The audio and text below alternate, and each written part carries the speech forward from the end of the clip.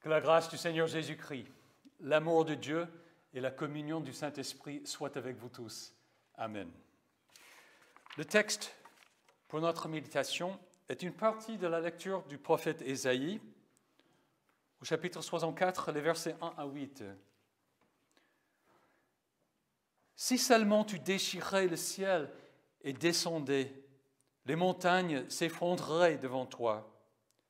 Tu serais pareil au feu qui allume des brindilles ou fait bouillir l'eau. Tes adversaires connaîtront ton nom et les nations trembleraient devant toi. Lorsque tu as fait des prodiges que nous n'attendions pas, tu es descendu et les montagnes se sont effondrées devant toi. Jamais on n'a appris ni entendu dire pareille chose. Jamais aucun œil n'a vu un autre Dieu que toi agir de cette manière. Pour ceux qui comptent sur lui. Tu vas à la rencontre de celui qui pratique avec joie la justice, de ceux qui se souviennent de toi en marchant dans tes voies. Cependant, tu as été irrité parce que nous avons péché. Pourtant, c'est en le suivant toujours que nous pouvons être sauvés.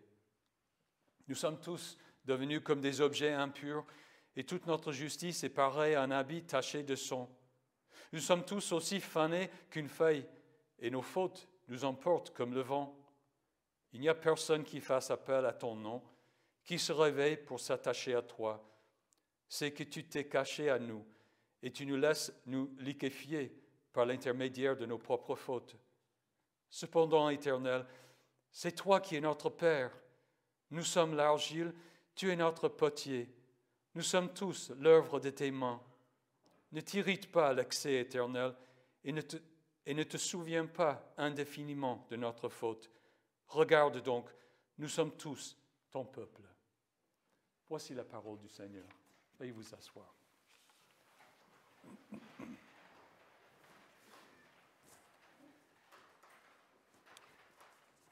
Nous souhaitons souvent que certaines choses soient différentes ou que les gens agissent différemment. Nous disons, ou du moins pensons souvent, si seulement j'avais plus de temps, moins de travail, si seulement j'étais plus beau, plus belle, si seulement j'étais plus intelligent et avais plus d'argent. C'est parce que nous sommes mécontents de notre situation ou de notre état actuel. Mais les changer, ça n'est pas du tout évident. Je pense que notre mécontentement porte non seulement sur nous-mêmes ou sur les autres personnes, mais aussi sur Dieu. Nous souhaitons qu'il agisse différemment ou qu'il agisse un tant soit peu.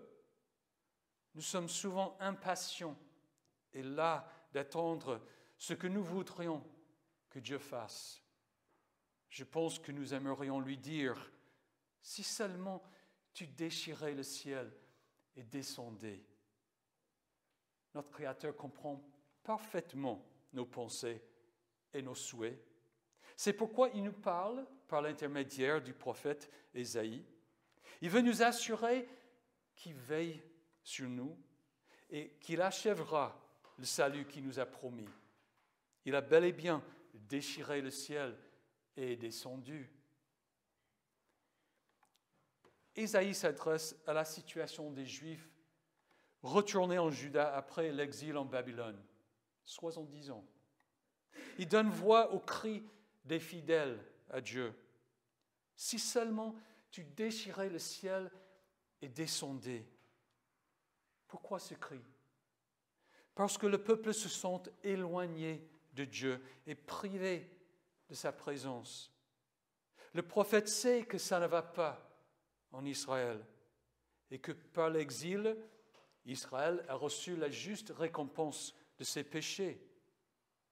Quand même, l'Éternel ne va-t-il pas avoir pitié de son peuple? En effet, il avait promis de restaurer Israël dans son propre pays et de faire de Jérusalem, la capitale, la gloire des nations. Il avait dit, sur toi, l'Éternel se lèvera, sur toi, sa gloire apparaîtra. Des nations marcheront à ta lumière et des rois à la clarté de ton aurore. Et la réalité, ça c'était autre chose. Le prophète continue sa prière en disant « Tes villes saintes se sont transformées en désert. Sion est un désert, Jérusalem un endroit dévasté.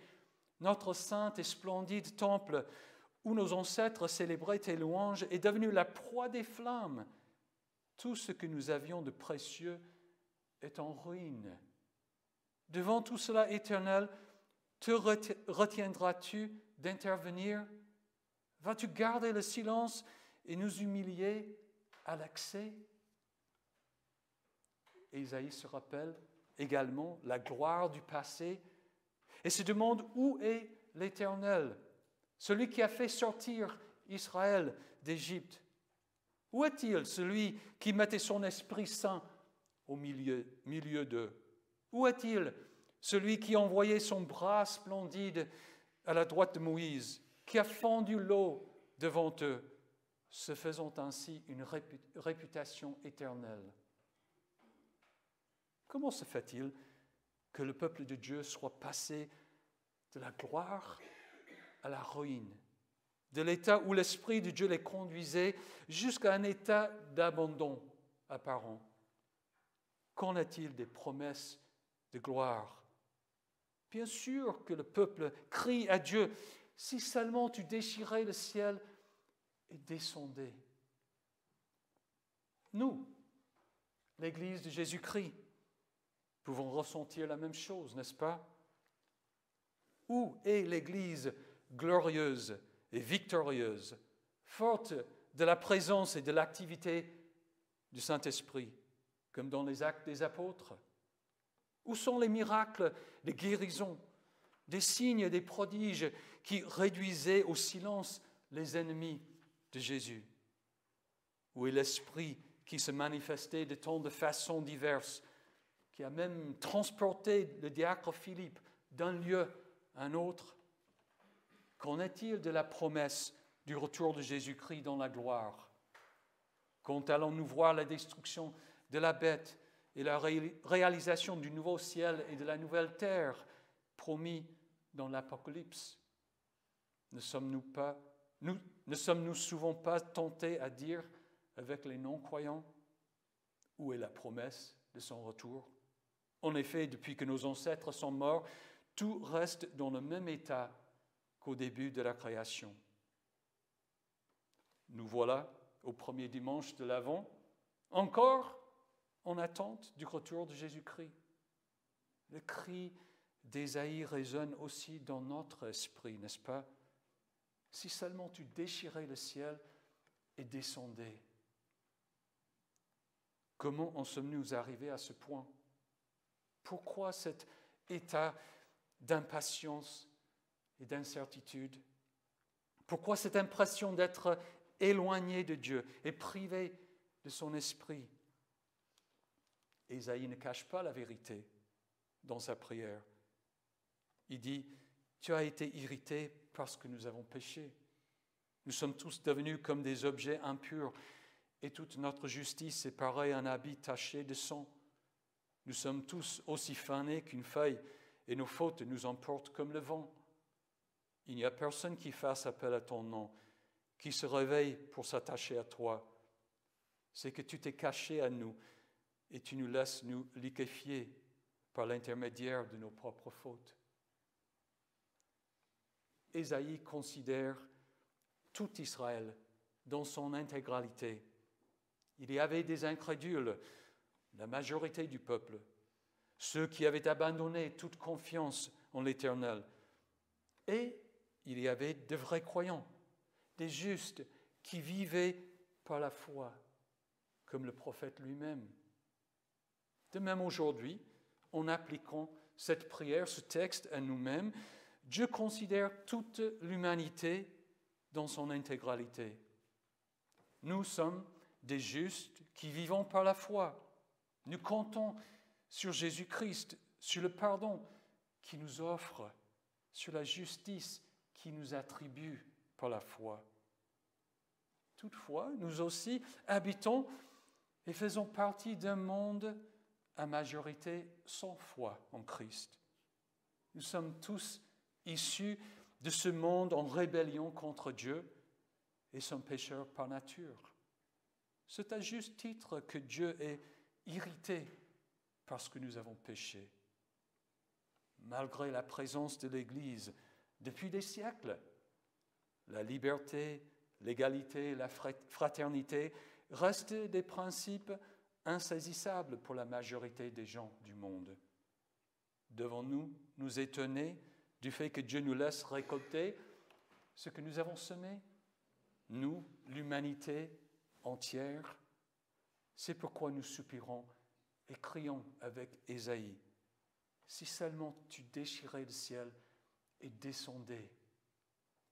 Par ce cri, nous confessons que seul le Dieu créateur peut régler le problème du monde et restaurer l'humanité à lui-même. Nous confessons que nous sommes impuissants pour changer le sort de l'humanité et nous faisons appel à la bonté et à l'amour de Dieu pour l'humanité. Nous prions avec le prophète « Éternel, c'est toi qui es notre Père. Nous sommes l'argile, tu es notre potier. Nous sommes tous l'œuvre de tes mains. Ne t'irrite pas à l'excès, Éternel, et ne te souviens pas indéfiniment de notre faute. Regarde donc, nous sommes tous ton peuple. Si seulement tu déchirais le ciel et descendais. » En fait, Dieu l'a fait à plusieurs reprises, mais 2 fois en particulier. La première fois, il a sorti Israël de l'esclavage en Égypte. Il a conduit au mont Sinaï et y a conclu l'ancienne alliance. L'Éternel a d'abord fait éclater sa gloire dans l'exécution des 10 fléaux, qui étaient ses jugements contre tous les dieux de l'Égypte. Ensuite, il s'est visiblement manifesté sur la montagne, dans une épaisse nuée, avec des éclairs et des coups de tonnerre, et avec le son d'une trompette. Le peuple l'a entendu parler. En faisant cette alliance avec Israël, l'Éternel a promis qu'il serait leur Dieu et qu'il serait son peuple. Dieu allait bénir le peuple et le faire habiter un beau pays où coulait le lait et le miel. Dieu ferait une distinction entre Israël et les autres peuples du monde afin de se faire connaître à tous les peuples par l'intermédiaire d'Israël. Malheureusement, comme vous le savez, la plupart d'Israël n'est pas resté fidèle à l'Éternel. Israël s'est donné à l'idolâtrie et ainsi s'est attiré la colère et le jugement de Dieu. C'est pourquoi Ésaïe donne voix au cri des justes en Israël. Si seulement tu déchirais le ciel et descendais. C'est-à-dire, viens Seigneur, renouvelle l'alliance et achève le nouveau ciel et la nouvelle terre. Tu as entendu cette prière, car il y a une deuxième fois où il a déchiré le ciel et est descendu. Dans un premier temps, Dieu a envoyé l'ange Gabriel annoncer à Marie, « Voici que tu seras enceinte. Tu mettras au monde un fils et tu lui donneras le nom de Jésus. Il sera grand, il sera appelé Fils du Très-Haut. Et le Seigneur Dieu lui donnera le trône de David, son ancêtre. Il régnera sur la famille de Jacob éternellement. Son règne n'aura pas de fin. » Ensuite, après la naissance de Jésus, lors de son baptême, le ciel s'ouvrit et le Saint-Esprit descendit sur lui sous une forme corporelle, comme une colombe. Et une voix fit entendre du ciel ces paroles. « Tu es mon Fils bien-aimé, tu as toute mon approbation. » Si seulement tu déchirais le ciel et descendais. Dieu a entendu ce cri. Par la venue de son Fils Jésus-Christ, il a renouvelé son alliance de grâce avec toute l'humanité. Il a créé un nouveau peuple et nous a bénis de toute bénédiction spirituelle. De plus, en établissant la nouvelle alliance, Dieu a en même temps renouvelé la promesse de créer un nouveau ciel et une nouvelle terre. Il va encore une troisième fois, et une fois pour toutes, déchirer le ciel et descendre. Le cri d'Ésaïe n'était pas un cri de désespoir, mais d'impatience. En effet, l'exode d'Égypte s'était passé 1000 ans auparavant. Néanmoins, les fidèles se rappelaient l'alliance du Sinaï et le Dieu fidèle qui ne peut pas mentir. Ils savaient que l'Éternel restaurerait l'alliance et créerait le nouveau ciel et la nouvelle terre. C'est pourquoi ils criaient, « Si seulement tu déchirais le ciel et descendais. » Nous avons attendu 2000 ans depuis la résurrection de Jésus-Christ. Depuis 2000 ans, nous nous rappelons chaque dimanche, sinon tous les jours, que lorsque le moment est vraiment venu, Dieu a envoyé son Fils, né d'une femme, né sous la loi, pour racheter ceux qui étaient sous la loi, afin que nous recevions le statut d'enfant adopté. Grâce au Fils de Dieu, nous sommes héritiers du nouveau ciel et de la nouvelle terre que Dieu va créer. Mais 2000 ans, 4000 ans, si nous comptons de l'époque d'Abraham, ça fait longtemps. Nous sommes impatients, fatigués de l'attente, las de toutes les injustices du monde et de notre mortalité. Dans notre cœur, nous crions, « Si seulement tu déchirais le ciel et descendais, il est temps. » C'est pourquoi nous méditons cette prière du prophète Ésaïe, ce premier dimanche de l'Avent. Nous voulons nous rappeler qu'effectivement, Dieu a exaucé cette prière. Il a déchiré le ciel et est descendu. Il a habité parmi nous, plein de grâce et de vérité, et nous avons contemplé sa gloire. Certains l'ont vu de leurs yeux, l'ont entendu, l'ont touché de leurs mains. Et ces témoins nous ont transmis cette bonne nouvelle pour que nous sachions sans aucun doute que Dieu exaucera notre prière. Si seulement tu déchirais le ciel et descendais. Chers frères et sœurs en Christ, cette parole est certaine. Jésus-Christ reviendra pour créer un nouveau ciel et une nouvelle terre, que nous habiterons à jamais. Et du coup, notre cri d'espoir est maintenant, Maranatha, viens, Seigneur. Que la paix de Dieu, qui dépasse tout ce que l'homme peut comprendre, garde votre cœur et vos pensées en Jésus-Christ pour la vie éternelle. Amen.